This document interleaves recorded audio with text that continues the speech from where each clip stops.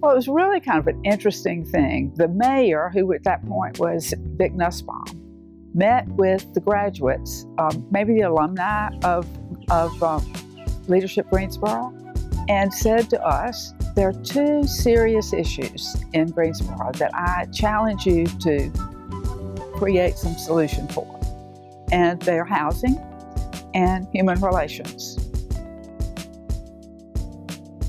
I would love for you to divide yourselves into two groups and start focusing on what we as a city can do to address those concerns.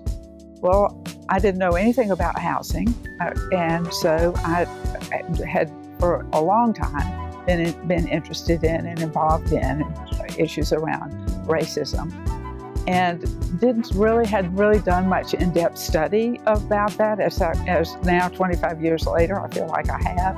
But I knew that that was a very serious issue. And I, at the time, was involved, as my career has been, focused on children, and particularly wanted to figure out what we needed to do to provide equal opportunity to our children. So that was how I kind of got to the whole issue of human relations and racism.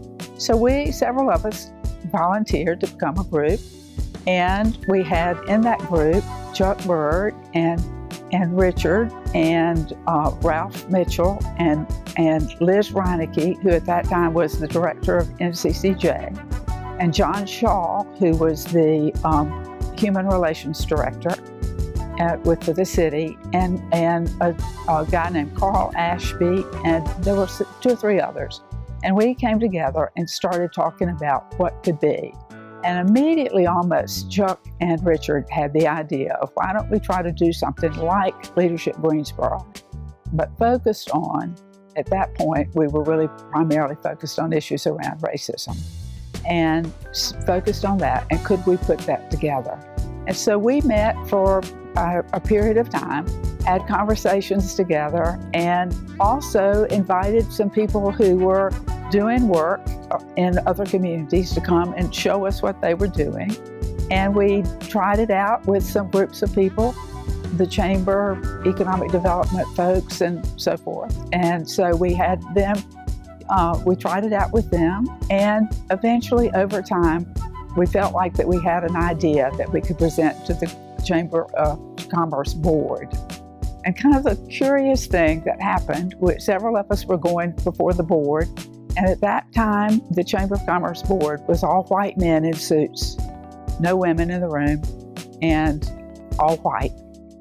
And so on the way, I thought, what will we say to this group of people? How are we going to convince them that, one, this is an issue, and two, they need to take it on? I mean, this was before we were talking about diversity in the work. I mean, there was that issue, but it wasn't the focus that it is today. So on the way, I was listening to NPR, which I do in the early morning, and it was announced that Crayola Crayon that day had announced that they would remove the pink flesh-colored crayon from their box of crayons because the face of America was changing. So we went in, and Richard and Chuck and others made the presentation, and I closed with that story and said, that's why we need to do this, because our city is changing, and our state is changing, our community is changing, and it's unfair. It's unfair to those who live here if they don't have opportunity to understand what that means. So we created Other Voices.